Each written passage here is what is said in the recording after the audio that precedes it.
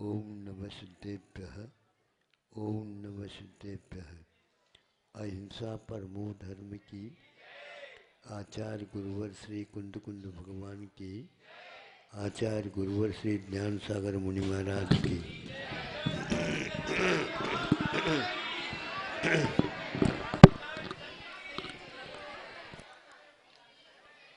आप लोगों को यह इसलिए अच्छे ढंग से सुनना चाहिए क्योंकि आपके जीवन में भी ये घटना घटने वाली है।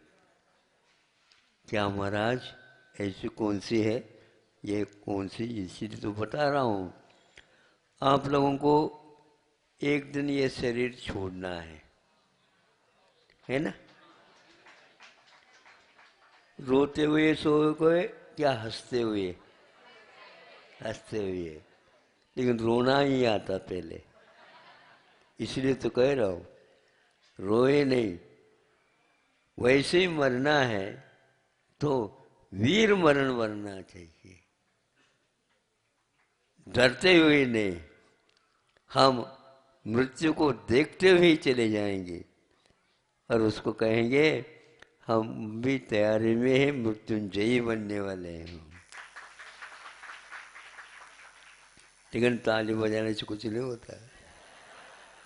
सुनो, एक बुढ़िया थी और उसकी बहुत अच्छी भावना सब लोगों की अपेक्षा से। आहार के ऊपर तो बहुत नियंत्रण था, किंतु उसकी कर्म में ऐसा वेग आ गया, वह जो सामान्य भोजन करती थी उसकी मात्रा बढ़ने लगी, इतनी बढ़ने लगी उसको वह सहन नहीं कर पा रही। घर में कह दे तो कैसे कहे, शर्म से लगते, लेकिन वह छुप करके कहना प्रारंभ कर दिया, मुझे भूख अब इतनी लग रही है, शांत नहीं हो रही, मुझे तो 2 बार भी भोजन करने की इच्छा होने लगी है। तो तुम्हारी संलेखन क्यों होगी, कैसी होगी? शायद संलेखन तो संलेखन समय पर होगी, अभी तो भूख लग रही है। कहा जाता है जब भूख को शमन करेंगे तभी तो आगे जाकर ये संलेखन हो सकेंगे, नहीं तो भूख के साथ तो संलेखन किसी की होती ही नहीं। तीव्र वेदना होने लग जाए तो कैसे करोगे? धीरे धीरे उसका त्याग किया जाता है, लेकिन अभी तो बढ़ने का उपक्रम चल रहा। फिर भी जितनी भी दे दो फिर भी वह भूख भूख ही चिल्लाने लगे। तो सब घर वालों ने सोचा इसका गठबंध हो गए होंगे। आए तो है ही, लेकिन गठबंध भी इस रंग से हो गए हो, और क्या करें? उनको अच्छा नहीं, देखो तुम तो याद करो, हम याद आकर के तो और तकलीफ हो रही है, सब याद करता हूँ। तो एक वैद्य आए थे, वैद्य के सामने रखा, वैद्य महाराज इसका तो इस मरण को सुधारना है, लेकिन इसकी स्थिति ऐसी है, कोई बात नहीं, खाना चाहती है खिला दो, और अच्छा खिलाओ, नहीं समझे? रूखा सूखा भी नहीं खिलाओ, रूखा सूखा भी नहीं खिलाओ, लेकिन अच्छे खिलाओ। ऐसी चीज नहीं खिलाओ जिसके द्वारा जो है इसको और विशेष आदि व्याधि हो जाए। तो उसके कहने के अनुसार जितना खिला सको खिलाओ। तो खिलाने के उपरांत 2-3 महीने के उपरांत उसको भी तृप्ति होने लगी। अब वह थोड़ी थोड़ी कम होना चालू हो गया।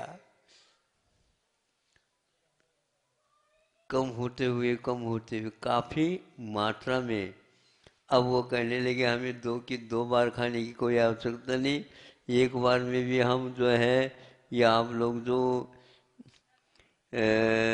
पकवान बना बना करके खिला रहे हो ये हमें शर्म आती है। अच्छा कोई बात नहीं, खा लिया और ले, अब नहीं मिल पाए, नहीं अब नहीं चाहिए नहीं चाहिए नहीं चाहिए। फिर इसके उपरांत वो याद करने लगे अभी हम संलेखना के समय आए गया, अभी संलेखन हाँ बिल्कुल करना है। शरीर भी काफ़ी क्षीण होने लगे। उस समय तो शरीर तो बढ़ता है ही नहीं, केवल भूख की बात होती है। उसकी भावना की अपेक्षा से कह रहा हूँ, इतनी भावना पहले पूर्व में भाई थी, फिर इसके उपरांत उसका शरीर क्षीण होता हुआ, किंतु भूख धीरे धीरे शांत हुई, तृप्ति भी हुई, और मन में जो पीड़ा थी हमने इस प्रकार किया तो बहुत अच्छे ढंग से उसके संलेखन की साधना चली, और अंत में उसको कई उपवास के साथ संलेखना हो गई।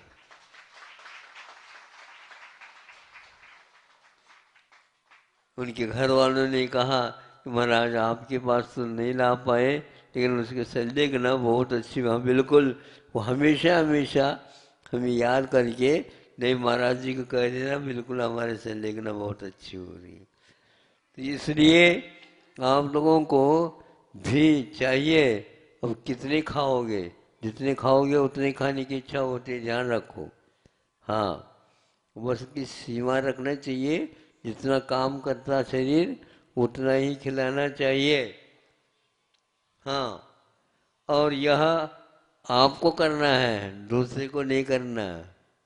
दूसरे को तो करा सकते हो और आप, लेकिन स्वयं के लिए जब आता है उस समय आपके लिए दूसरे कराना है आ जाए तो भी आपको अच्छा नहीं लगेगा। देखो ये हमारे लिए खिलाना नहीं चाहते, आओ खा लो। अंतिम समय में भी इसको भूख लगती है और 4-4 5-5 रोटी में खा लूँगा, ये खिलाओगे नहीं। खाने की क्षमता नहीं होते हुए भी इच्छा संज्ञा बोली जाती है, इसको आहार संज्ञा बोलते हैं। इसलिए आहार की चर्चा तक हमारे यहाँ नहीं होती। कौन सी होती है? चारों संज्ञाओं की कथा चर्चा नहीं करना चाहिए। आहार के बाद तो प्रत्याख्यान किया जाता है। आप लोगों को भी एक भोजन हो गया तो शाम के भोजन तक बीच में प्रत्याख्यान कर देना चाहिए। पानी वगैरह लेना हो तो ले लो, कोई बाधा नहीं।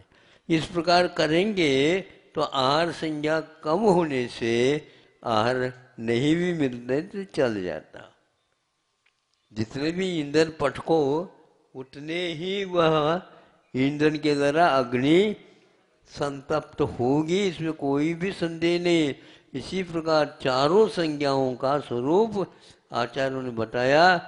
संसार का यदि कोई कारण मुख्य है तो चार संज्ञा वशीभूता, चतुस्संज्ञा वशीभूत, ये ग्रंथकारों ने कहा।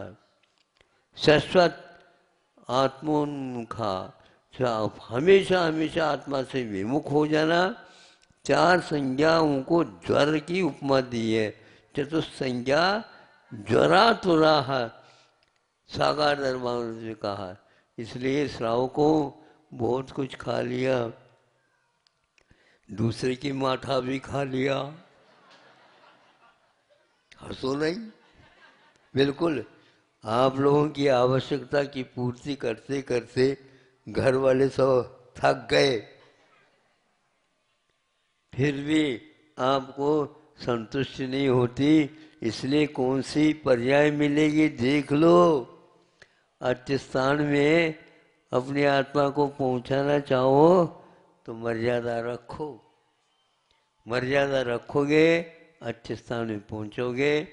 भगवान से प्रार्थना करता हूँ इन लोगों के विषय लिखना और हमारे भी अच्छी ढंग से लिखना हो। अहिंसा परमो धर्म की